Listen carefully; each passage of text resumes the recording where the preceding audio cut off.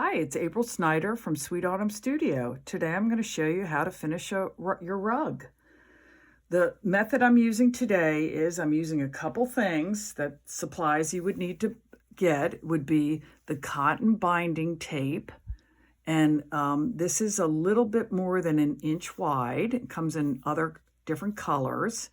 And it's 100% cotton. When you get it and want to use it, you want to make sure you wash it before you start. I also am using 100% wool, worsted wool. The other thing you'll need is a yarn needle, a big nice slot here, and of course some scissors. So how did I start this? What did I do beforehand was to go ahead and cut my linen. This is linen that I used to punch this piece, and serge the edge. I cut it about an inch. That way this tape, because it's a little bit more than an inch, will cover it. So that's what I did. You can also use monk's cloth. And if you punched it with monk's cloth, all you have to do is draw your inch line all the way around, put some Elmer's glue on it, let it dry, and cut along your line that you created, and it should not fray. Linen normally doesn't fray as bad as monk's cloth. Okay, so what I've done so far is I went ahead and I've done a corner. These little things that are hanging up is the ends of the about a yard long that I used of the worsted wool. So when you get to a corner, you just want to keep stitching it naturally along, and it actually folds very nicely down. So the finishing will happen at the end when you sew it with a needle and thread. So I'm at this point right now. I have gone ahead and ended one of my yards of yarn, and I went back into the needle with this into the stitches, and that's why I have this tail, but that's how you end it. So let's do how do you begin it? So I'm going to try to get it a little closer so you can see. Here are the stitches right here, and there's the linen underneath, which has holes.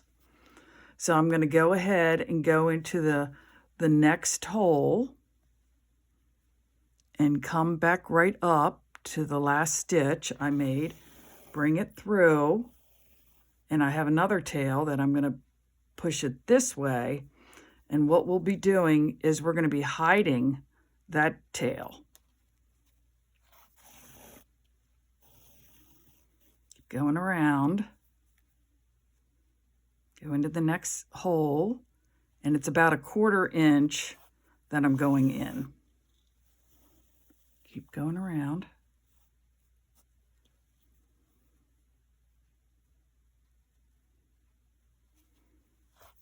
And eventually I will be hiding this end. So you can see there the stitches. Go to the next hole, put it through, and bring it tight again. We keep going.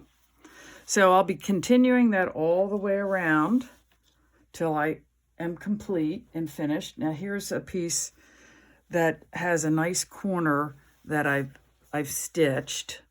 Just wanted to show you that. So after you get all what they all normally call tapestry yarn, which is the worsted yarn, done, then you need to go ahead and you can have a matching, hopefully, thread that you can use.